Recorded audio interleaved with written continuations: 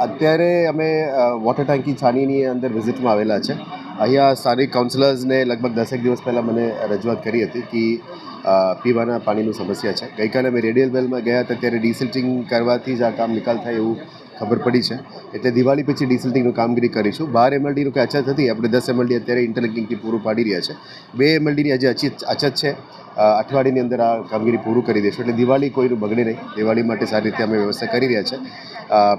અને જે પણ ડિસ્ટ્રિબ્યુશન સિસ્ટમ્સમાં જે સુધારો કરવાનો છે, જૂની લાઇન ચેન્જ કરવાનું, ઘણા જગ્યામાં લોકો અલગ સિસ્ટમથી પ્રેશર મૂકીને પણ પાણી ખેંચતા હોય છે, એ બધું ધ્યાનમાં છે. પણ ધીરે ધીરે અમે ડિસ્ટ્રિબ્યુશન નેટવર્કને સરખું કરવું પડશે અને જે પણ જગ્યામાં વોટર ટ્રીટમેન્ટ વધારવાનું છે અને વધારે પાણી ખેંચવાનું છે એના ઉપર પણ કામગીરી શરૂ કરીશું.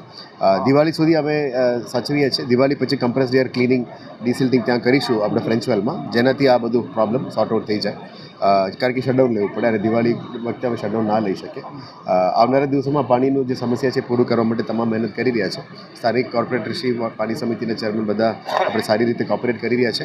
24 સોસાયટીઝમાં જે ઇસ્યુ હતો એમાં લગભગ 20ની અંદર પ્રોબ્લેમ સોર્ટ આઉટ થઈ ગઈ છે. આ 4 સોસાયટીઝનું જે પણ ડેટા સર્વે કરી રહ્યા છે, અઠવાડિયાની અંદર આનું પણ ઇસ્યુ અમે પૂરું કરવાનો પ્રયત્ન કરીએ છીએ. એકતાનગરનું પ્રશ્ન મને ધ્યાનમાં આવી છે. દિવાળી પછી આ કામગીરી શરૂ કરી દેવાના છે.